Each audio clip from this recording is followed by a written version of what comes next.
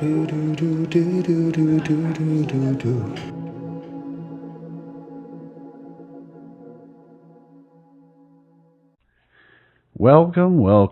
to the Red Bean Podcast New Orleans edition. This is Mr. Toad and Dr. Frog. Excellent.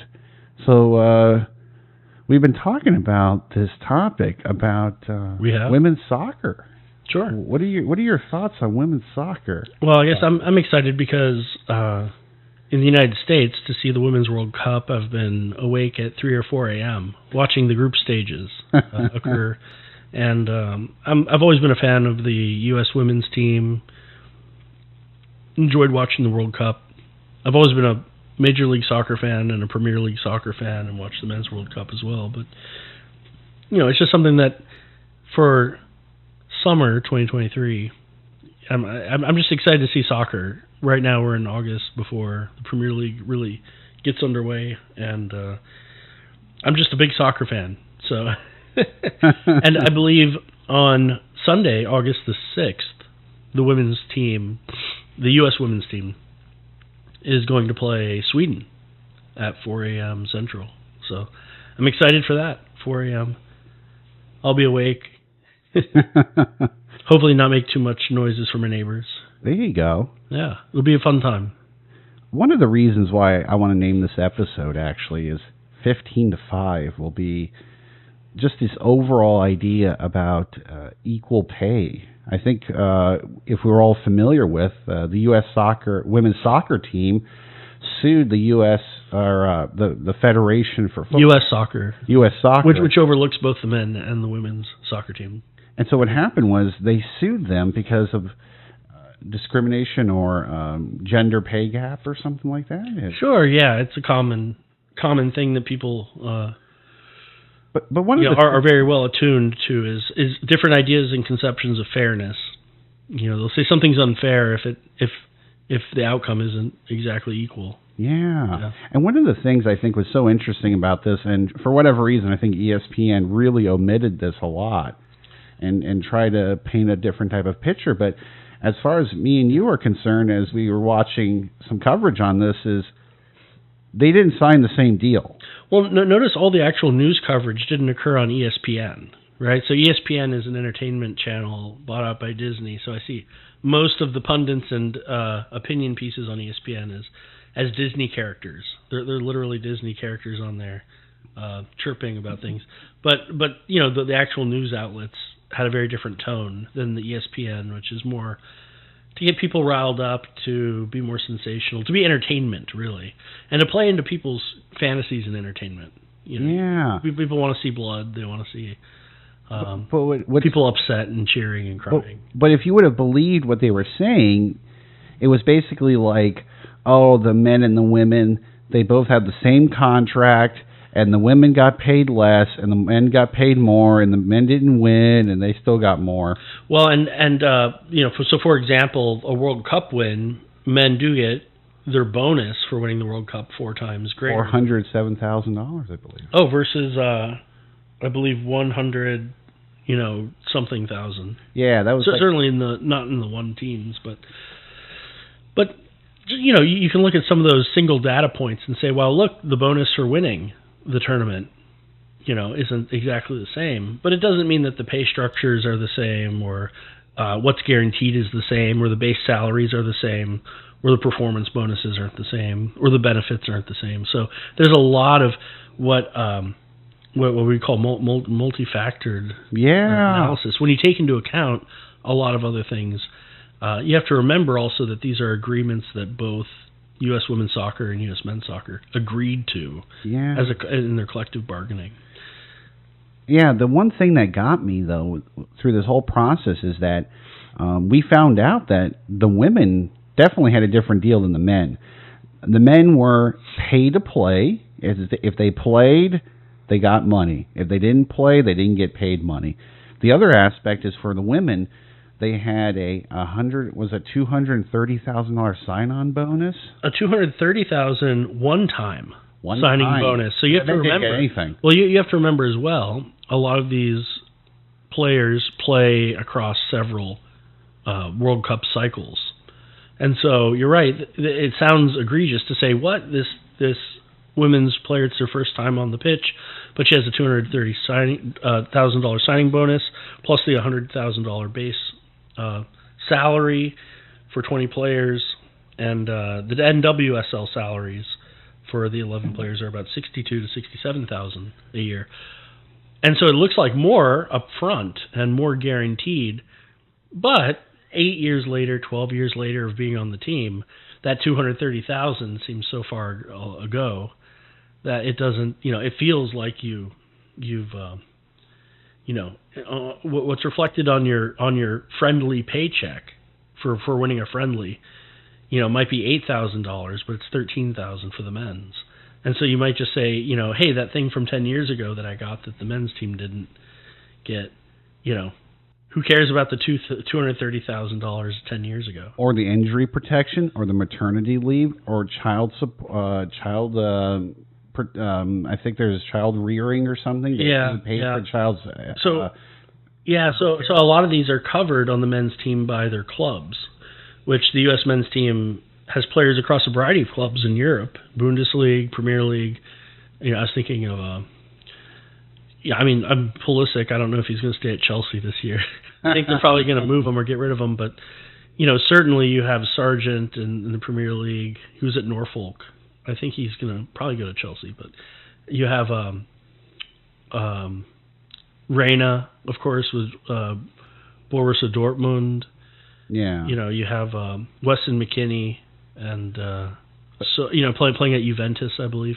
There's so many players across so many different leagues that's taken care of. Now, a counter argument that someone might say is that women don't have those same opportunities in terms of the money that they're making in the women's league.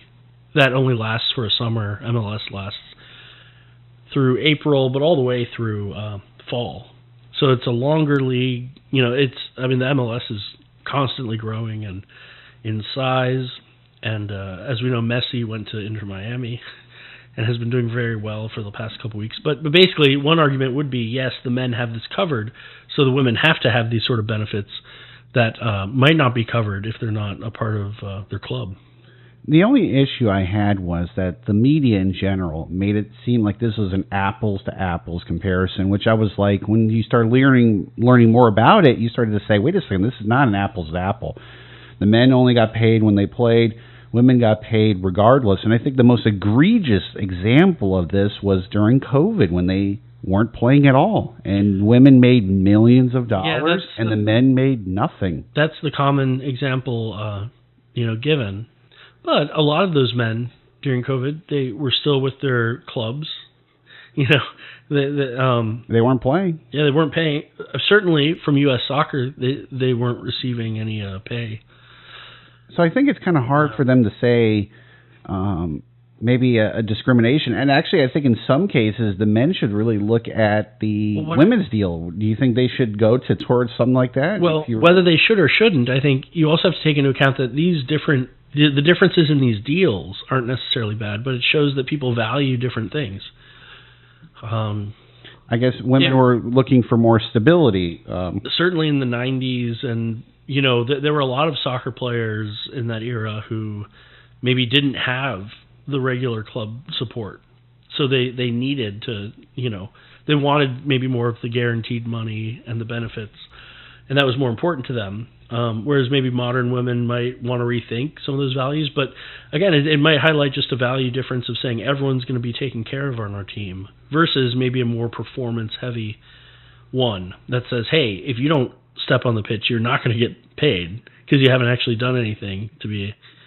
Yeah, and one of the things that pulled me back a little bit was this idea that they were going to go to court, and they did. Mm-hmm. They challenged this judgment saying this is a pay discrimination. Yeah, there was a 30 to 40-page summary. Yeah, and one of the things that the judge kept pointing out was, you having all these benefits, that's one of the reasons why you're on a different pay structure. And actually, I think it was even more interesting was U.S. Soccer said, you know what? We'll offer you the same deal as the men. And they said no. They turned it down, because it highlights a different value that they have. Yeah. Also, the deal that was offered, we have to remember that the Men and Women's World Cup are offset by, I believe, a year or two. So the World Cups don't occur at the same time. Well, when because they're there's making too the much agreement. competition, I think. Well, so you can imagine someone making a deal about the World Cup bonus structure, and it's 3 years out. Yeah. And as a player, you might be thinking more short term. Am I going to be on that team? Yeah. Versus, what if I don't make the World Cup roster? So it's, the times that these agreements were made, I think, factored into it. But again, I think it shows that there's different valuing. I think also the fact that the women, as a gross payment, have paid their players more than the gross payment that the men's team has paid players over the last 4 to 5 years, made a difference in the judges' eyes. I'm turning it down. They've said, look, the women's team has been paid more, and the individual players have been paid more over the past 4 to 5 years. Yeah. Now some of that is the U.S. team, men's team. If you remember, in 2018, I believe, losing to Trinidad and Tobago and getting knocked out of World Cup qualifying. The U.S. men's team didn't make that tournament at all. They played 0 World Cup games. Wow. 0 bonuses.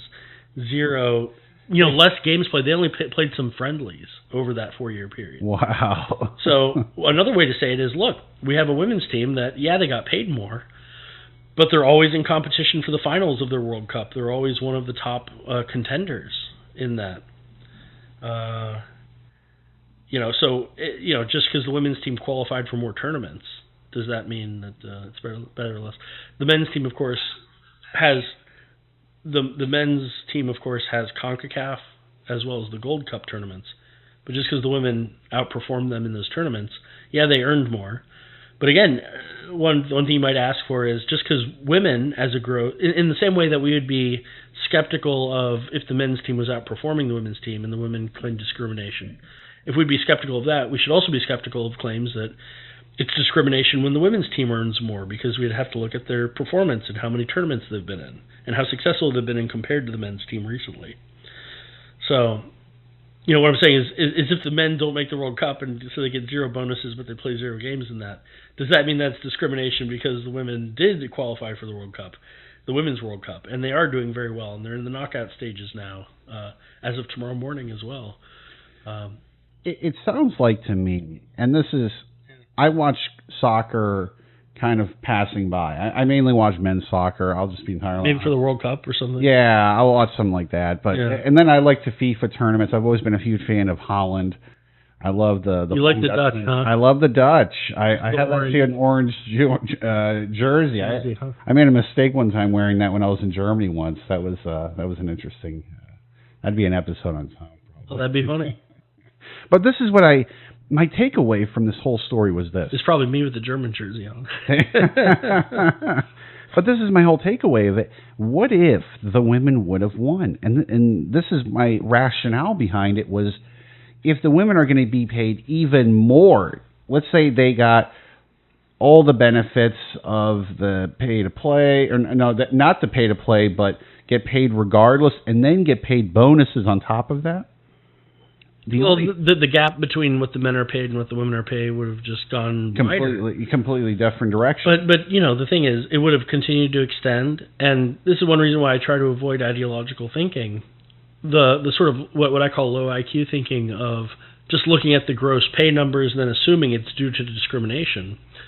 The problem with that methodology is you're going to have a situation like you're describing occur, where the gap gets wider and people feel even more vindicated that it's getting fairer. And that kind of misalignment with someone's ideological beliefs about maybe discrimination and how it occurs and what is fair, with the realities of the differences in pay. My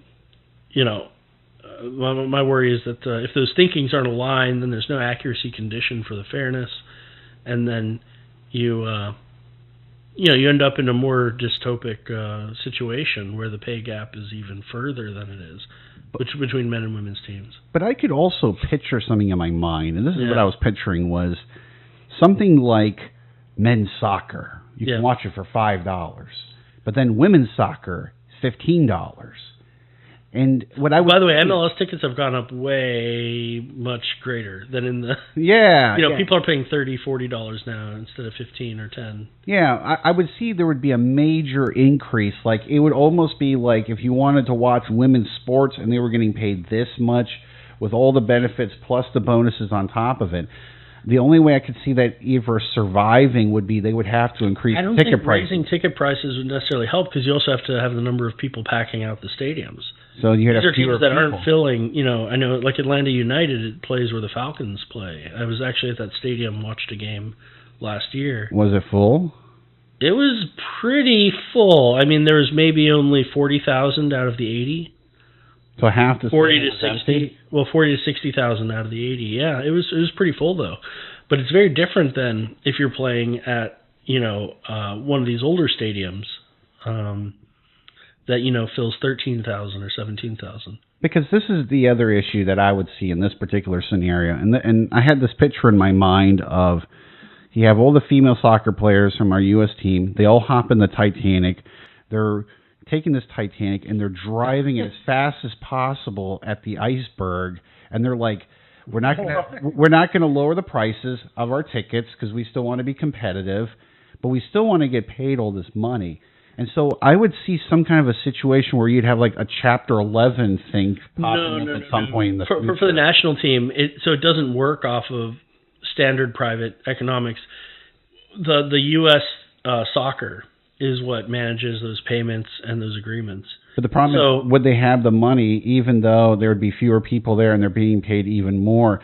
Do you think they would handle it? I think one thing that's different is, for example, a lot of people will take assumptions about the NBA and WNBA and then apply those to men's soccer and U.S. women's soccer, which is very different. The NBA, in some sense, my understanding of it, subsidizes the WNBA. Yeah. So the earnings of the men's marketing and sales, a portion of that goes to upholding the quality and standards of the WNBA, which there should be quality and standards. If the NBA, which is looking after both of these leagues, because WNBA doesn't make any money, it's negative. Well, yeah, it's negative, but the point is, if you're a part of the NBA, which includes both WNBA and the NBA, if you're in control of both those leagues, you want to put a good product out. Sure. So there's a certain standard of living. I know that there were horror stories of WNBA teams riding coach in flights and not having good facilities or maybe the amount of trainers and staff. Do you think they're lucky to even have a game? Because it could have gone the other way. If we looked at the actual economics, where it would be like, hey, you have to kind of support yourself. Yeah, play in smaller stadiums, do that kind of thing. I can't remember. I remember Bill Burr had a really interesting point when talking about the WNBA on his podcast. It said something like he said something along the lines of, if you're a team and you have to play in a smaller stadium or something, it doesn't mean that it's due to discrimination. It might just be where you are at that point in your. That was one thing ESPN, the announcer. Reasonable for your team. And of course he went on this rant and said, why aren't more women showing up to WNBA games? Why don't they have the beer bellies bumping chests at the bars, chanting on for their WNBA teams? And then, of course, he humorously said, it's not my responsibility to root for your team. Yeah. Why do I have to care about your WNBA team if I don't? I think if the women do want to say, hey, I want to get paid even more than the men, I want to have all the cake and eat it at the same time, I think either one, they're going to have to increase the prices, at least that's my perspective, and the other perspective is maybe make female soccer more interesting. I've always thought if you cut the field in half. People used to say that is very sexist. When people used to suggest this with WNBA, they'd say lower the hoops so they can dunk. That was a suggestion made on ESPN for about a decade, and a lot of those people were lambasted as, it's similar to what happened with the first women's baseball league. And if you remember A League of Their Own, the movie. Yeah. There were people who were saying, well, have them wear skirts.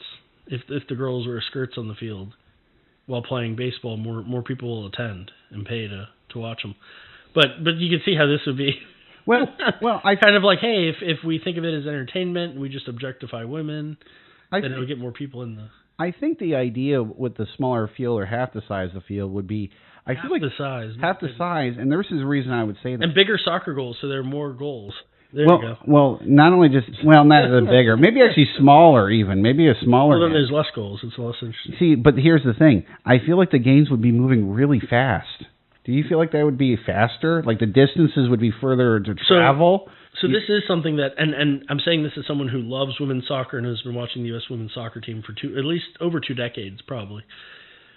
There is something to be said, and I call this ping pong soccer. For those of you listening, you might know what I mean, or some people call it hive soccer in Little League. It's like Pong or something. Yeah, so in Little League soccer, oftentimes it's just people kicking with their feet, and the ball kind of bounces around randomly, and then it falls at someone's feet, and then maybe it gets launched over the goal.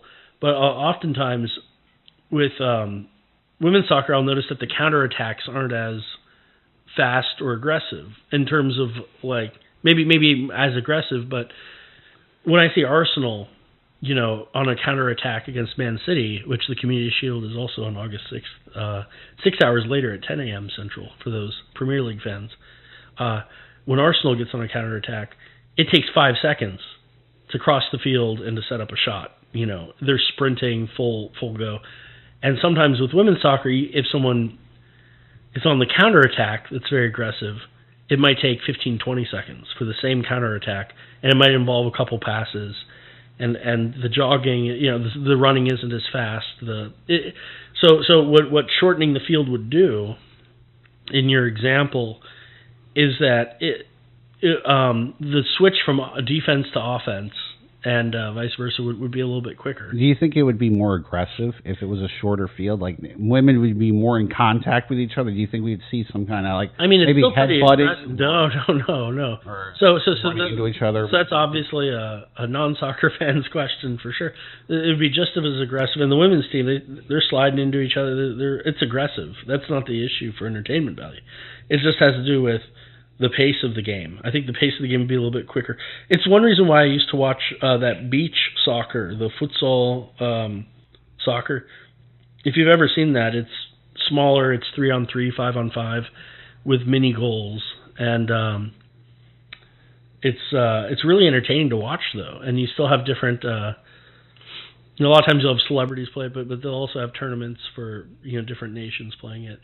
It's fun to watch though, but it's more higher scoring. It might be a shorter game of 20 minutes, and the goal it's like 5-4, right, or 7-3. You get less of these 0-0, 1-0, 2-1 kind of goals in 90 minutes.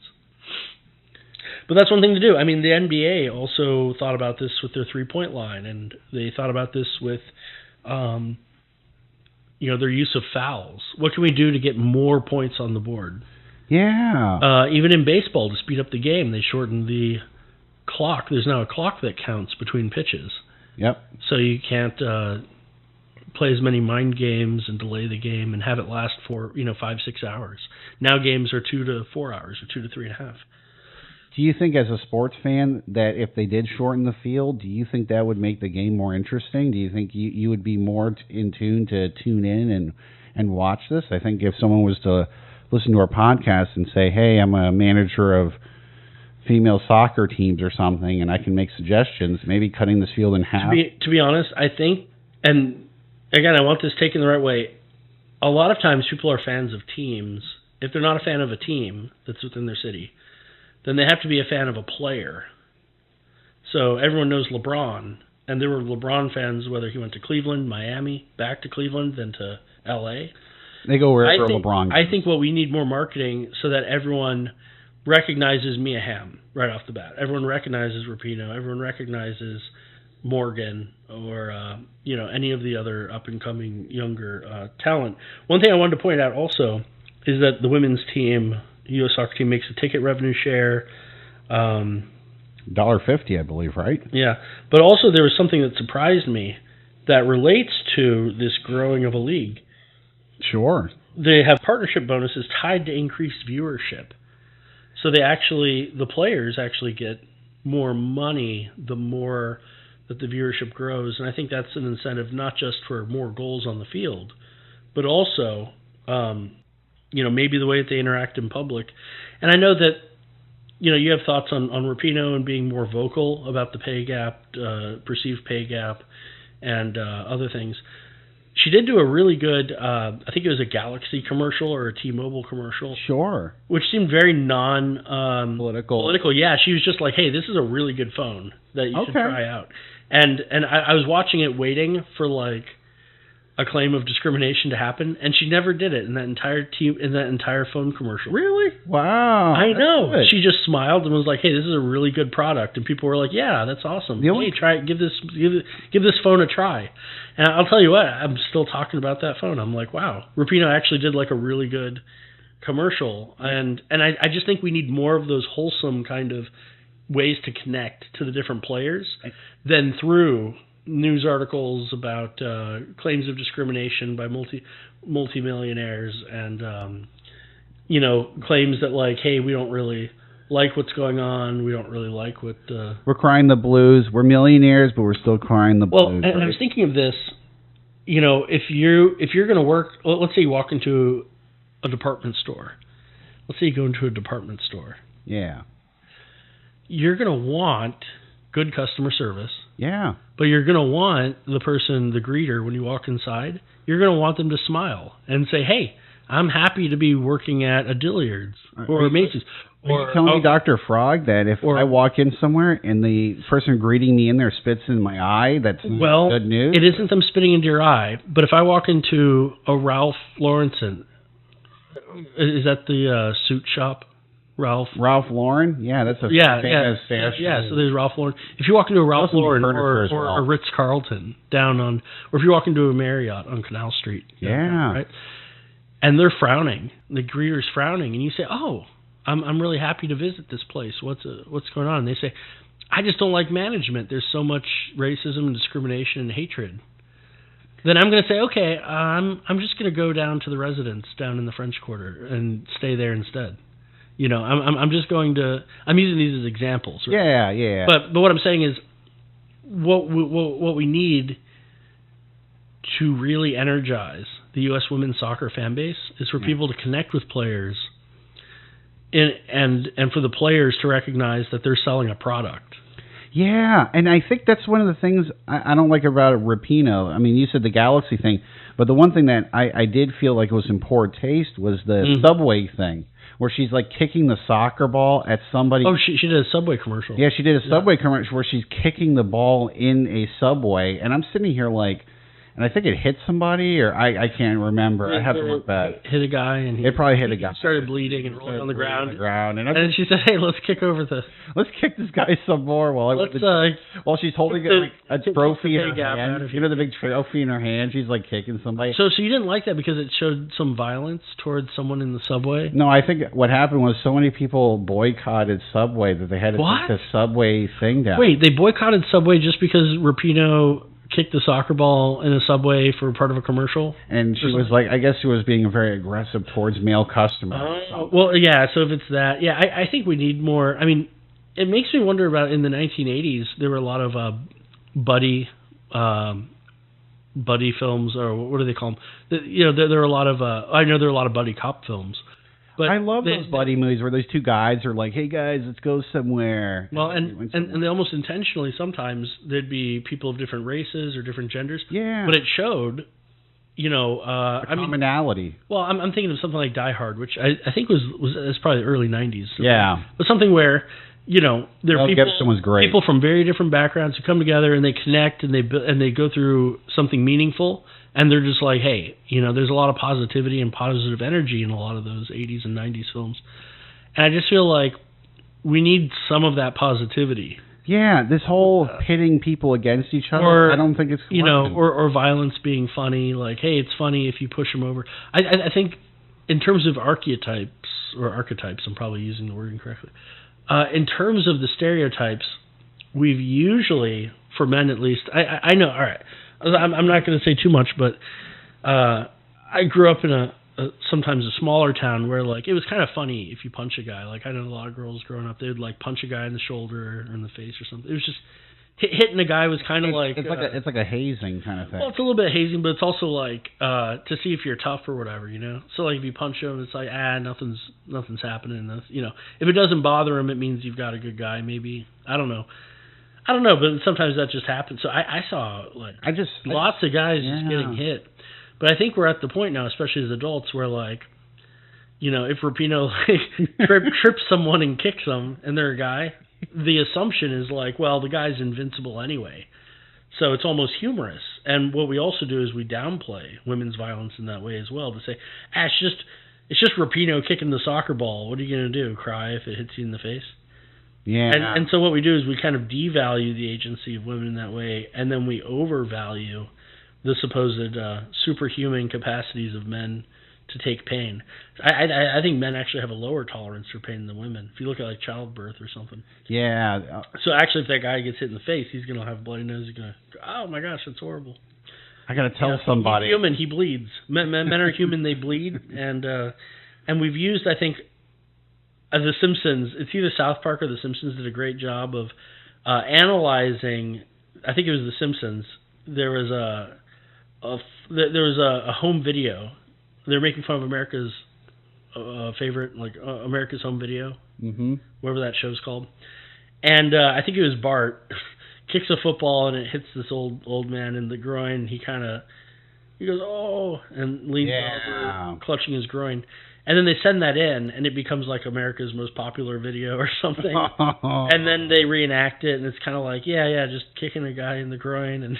It's so brutal. Which, by the way, I think there's a lot of people that think that that's funny, just like pure pain. Especially if you think it's done to a group that's in a privileged position. Yeah. So if you think, well, men are these like tyrants, dude. Who wants to see Joffrey from Game of Thrones have a sword taken to him? I want to see that guy get thrown off the bridge. The very first time I saw Joffrey in Game of Thrones, I didn't care how he died. You know, I was like, that guy needs to die. I don't care about this little brat. Yeah. He was so bad what he did to Ned Stark. I could never forgive him for Ned Stark what he did to him. One? That was the guy in the first one. He was like the guy who was supposed to be the father figure. Sure. And all of a sudden he gets his head chopped off. And so crazy. So angry. Yeah. But the point is, we kind of celebrate violence for humor sometimes. It's not really a good habit. It is for character trait building and that sort of thing. You don't really want to. But I think we'll wrap it up. Which, by the way, America's Funniest Home Videos, I've heard, and this is one of those gossipy things. Sure, go ahead. That they receive a lot of videos of just people like harming animals. Yeah. Yeah, so they have to like turn them into the police or like try to. Oh yeah. Yeah, but there are people who just think harming animals. They think it's funny, so they'll send it in. And we, of course, here at the Red Bean don't promote violence. We don't promote violence to animals. Or frogs, or toads. Especially frogs. Especially frogs. Because you can boil the frog. Yeah, I won't even know. Well, it's already hot down here. I know. Turn up the degrees, I don't notice it. You won't even notice it. You'll be cooked away. Oh, my gosh. But we always have to be on guard here in New Orleans. But, like we said, discrimination's always bad, but when different teams come to different pay structure agreements, it's tough to go after. To say one's wrong or one's right. If one values guaranteed pay and another is more performance-based, it's, And ultimately, I think the bigger takeaway, and this is how I'm going to wrap this episode, is I still believe that if at some point in the future, if some female soccer league or other team wins, or in one of these pay discrimination lawsuits, we're going to have to start looking at things where it's like women's soccer, 15, men's soccer, 5. And economically... I don't get the 15-5 thing. Well, the reason I'm saying 15-5 is because if... That sounds like a baseball game. I know. Instead of 30 and 30, I said 15 and 5. Or maybe an Iowa football game. Because 15-5. Because here's the issue. They're getting all the benefits, and they're getting the bonuses. So at that point, they're making way over men. I mean, we're talking like now we're making twice, maybe 3 times more at that point, because not only do they have all the benefits of, the pay regardless if you play or not, injury pay, health care, dental, insurance, child care, all these benefits that men do not have. Well, and again, and it's because the club of the men's teams pay those. They're differently incentivized. Again, a counterpoint would be something like, do women have the same club level opportunities that the men's team do? So, for example, if you just got traded and you're Christian Pulisic and you got traded for $110 million in a transfer. Oh my deal. gosh, $1 million. No, 110. 110. Yeah. I don't even know what to do with at that the club kind of money. level, and you just got transferred. Let's say PSG buys him from Chelsea, right? It's not going to happen, but yeah, let's say that happens. Do you care about whether you get a $60,000 bonus base pay for the men's team, or are you okay going a COVID season without getting something from men's soccer because you didn't play? I guess we can't say this is an apple to apples comparison because I'm sorry for going after Pulisic. He just hasn't produced for the men's team. So I'm going to call him out specifically. You call him out. Yeah. But I think overall what we got is 2 different contracts. He's also play Tim Way instead. And it's not clear cut. Just like this guy's playing, he hasn't delivered. I just think it's not such a black and white case. I think there's a lot of gray. Yeah, so I think the women's team, even though they might come back and say gross pay, we've been paid more, they might also, if they want to make a broader claim of discrimination, say that the men who are on the men's team are operating in a more lucrative club-level ecosystem. Sure. Than the women's team. So the women's team from the 90s, for example, they didn't have the same club infrastructure that the men's team did. And MLS has only been brought back since 96. So even domestic league, isn't necessarily. It's on a much better footing now, and it's grown, but it wasn't always that way. It wasn't always rosy, and it wasn't always green in those pastures. But overall, I think we're both in kind of an agreement that either way, regardless, I'm going to be rooting for the women's team. 4 a.m. Central, Sunday, August 6th, when they play Sweden in the knockout stages. And I hope they really step up. They haven't looked that great in the group stages. I saw their games against Vietnam and Sweden. And I guess we'll wrap this up with one last question for Dr. Frog. Who is your favorite female soccer player? Mine? Yes. Of all time or on the current team? Current team and all time. Okay, well, Mia Hamm. Mia Hamm? Okay. For all time. I just think her attitude, she is wonderful when it comes to personal accountability, and she's very personable, but she's also very honest and realistic and hardworking. She just embodies, I think, everything that we want to embody in a U.S. sports athlete. Okay. Now, when I think about the modern team, people think Alex Morgan, maybe Lindsey Horan, Kelly O'Hara. Well, there's so many greats. Alana Cook's have been nice. Sanchez is good. Casey Murphy, of course, Kingsbury. Who would I think? Emily Fox is great. You can only pick one now. Who have I really liked seeing? I mean, it's going to be a veteran. It's not going to be Rapinoe. She's a veteran. But honestly, I'm going to say Alex Morgan. And Alex Morgan. Alex okay. Morgan was close to being my all-time. Okay. But she's just, again, very hardworking, a lot of positive energy. If you had one person for your teammate, she's the teammate that I'd want to have. And she's always had positivity. And she's cross-generational as well. I think she played, I remember when she was younger and she played on some of those previous teams. Okay. But yeah, there's just like an undeniable work ethic, and she's always a pleasure to watch. Excellent. So that'll wrap up for our episode about 15 and 5. This is Mr. Toad, and we're going to be signing off. Do you have any last words for us, Dr. Frog? I mean, there's so many. If you're newer to women's soccer, or if you haven't thought about women's soccer at all, give it a watch and know that just like when you're watching the Premier League and the MLS, there's going to be differences in play style. Sometimes longer passes and slower counterattacks might be involved. So just because it's a little bit different, try to approach it and think of it as a bit of a different pace. But I've always found it very enjoyable, and give it a try if you haven't. Set your alarm to 4 a.m. and it's on Fox, so it's easily accessible. so anyone can watch it on a nationally public broadcast. And my thought is, regardless of the politics around the last 5 years of the teams, it's just an opportunity for us all to come together and I like it. See some exciting competition. So that'll wrap up our episode for the Red Beam Podcast, New Orleans edition. We were just talking about pay disparities, but in the U.S. female soccer team. And I had no idea from this, but Kingsbury is actually from Cincinnati. I had no idea. But with that, I'd like to say go soccer and go U.S. team, and let's bring one home. Let's do it. All right. Bye, everybody. We'll talk to you later. Have a great day.